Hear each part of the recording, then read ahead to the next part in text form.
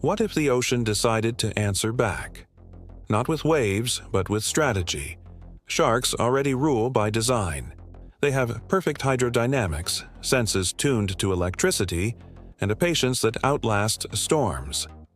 Now, what if we gave them our kind of mind, with one simple objective: to defeat us? Suddenly, the sea stops being scenery. It becomes a front line. They wouldn't start with teeth. They'd start with reconnaissance. Imagine intelligent sharks mapping our world the way ocean currents map coastlines. They'd learn our shipping lanes, our ferry schedules, our fishing seasons. They'd memorize the sound of our engines, the signatures of our propellers, and build a calendar of our habits, down to the minute the port lights flicker on at dusk. Information wins wars, and they would be gathering it silently, constantly. Next, communication would evolve. A shark's world is one of vibration, sound, and the faint electrical hum of living things. With higher intelligence, that becomes a language. Low-frequency calls would ripple for miles through the water, coded in pulses and pauses. A tap of a jaw against a sunken wreck becomes a message. A shift in color, a flick of a fin. It all adds nuance. Reefs, canyons, and the steel hulls of our own shipwrecks would become a vast telegraph network. Orders would move faster than any radio because the water itself would carry their voice. Before the first strike, they'd secure their own supply lines. Smart sharks would manage the ocean's food web like a national policy. They'd spare seal nurseries in one cove to let them grow, while herding schools of fish into another. They'd gently nudge migrations along safe corridors away from our nets. They would prune their competitors and protect their prey, guaranteeing calories for the winter. Hunger is a leash, and they would cut it early, ensuring their forces were always fed and strong. Then they would apply pressure, not on our cities, but on our nerves. A string of small incidents that don't seem connected. Fishing nets found shredded, but mysteriously empty. A yacht's rudder chewed just enough to lose steering in a calm bay. An underwater cable, nicked just so, that fails on a holiday weekend, causing a blackout. A beach closed for one morning, then another, then a week. Local businesses start to bleed. There are no headlines screaming war, but the tide begins to turn against us, one quiet closure at a time. Of course, we humans would escalate. We always do. More patrols, more sonar, more metal in the water. But intelligent sharks wouldn't meet force with force. They'd meet it with physics. They would ride the thermoclines, those invisible layers of different water temperatures that bend sonar beams, sliding right under our detection grids, vanishing like a bad thought. They'd use schools of baitfish as living shields, their glittering bodies jamming our advanced sensors with biological noise. They'd slip into our harbors during slack tide, when the water is still and our own machines are at their loudest, masking any sound they might make. We would add more hardware, they would add more silence. Let's pause and ask a question. If the ocean offered peace in exchange for protected corridors, fishing quotas, and designated dark hours where we stay out, would you sign the treaty? Or would you keep trying to police a planet you can't even breathe in? As the conflict continues, their strikes would intensify, but still without spectacle. Not bites, but interruptions. A massive tanker drifts off course because its pilot boat mysteriously stalled. Cage lines at a fish farm part on a perfectly calm day because a single knot was patiently worried at for hours in the dead of night. Offshore wind farms lose power because steel fatigued in exactly the wrong place at the wrong time.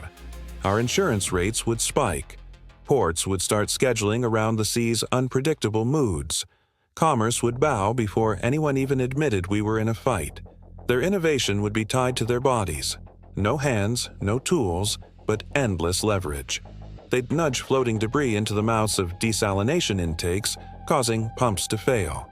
They'd herd schools of baitfish over our precious fiber optic cables, so other fast predators like dolphins and tuna would accidentally scrape the sheathing while feeding. They'd harass trawl doors deep underwater, not to break them, but to make the winches strain just a little bit more, ensuring they fail later under a load they were supposedly rated to carry. Nothing would look like sabotage. Everything would just look like bad luck and wear and tear. Our coastlines would adapt unevenly. Some towns would quietly bargain. They'd enforce quiet hours for boats at dawn, stop dumping fish guts at the piers, and move their fish cleaning stations away from swimming zones. And in those places, the water would grow calm. Tourism would return. Other towns would double down with sonar cannons and barriers. Those places would discover what real stress feels like: panic, constant closures, and the growing sense that the sea itself had gone sour on them. And allies would appear, because order always attracts followers. Rays would trail these great shark mines for scraps.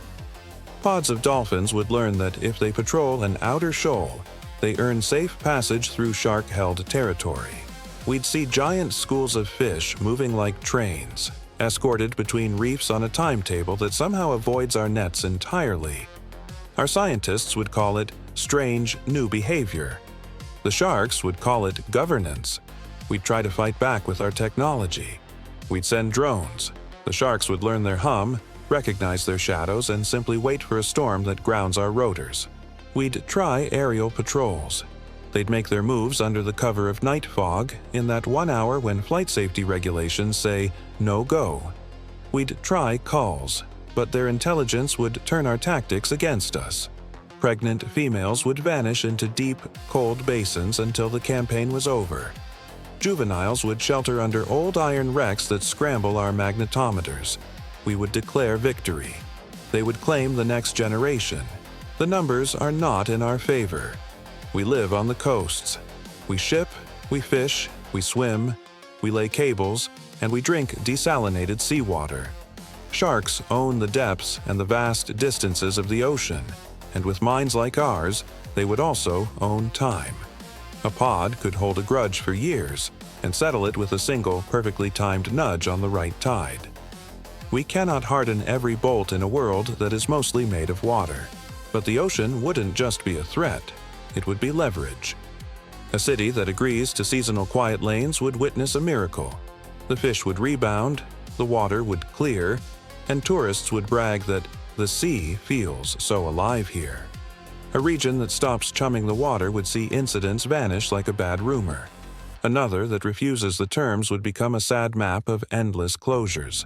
The lesson would write itself in blue ink, visible from space. A new culture would emerge below the whitecaps. Songs, low, thrumming, patient, would gather before migrations, retelling which shores taste of iron from our ships, which bays carry the hum of safe harbors. Old injuries would become law. A place where our iron hooks once rained down would earn a permanent shadow. A no-go zone enforced by bodies, not fences. Young sharks would learn the geometry of a coastline the way our children learn street names. And we would adjust our story to feel noble about it. We'd say we protected our beaches with brilliant new tech. We'd say we saved the fisheries with better science. We'd say our ships became safer by design. What we wouldn't say out loud is that we had started keeping the ocean's schedule.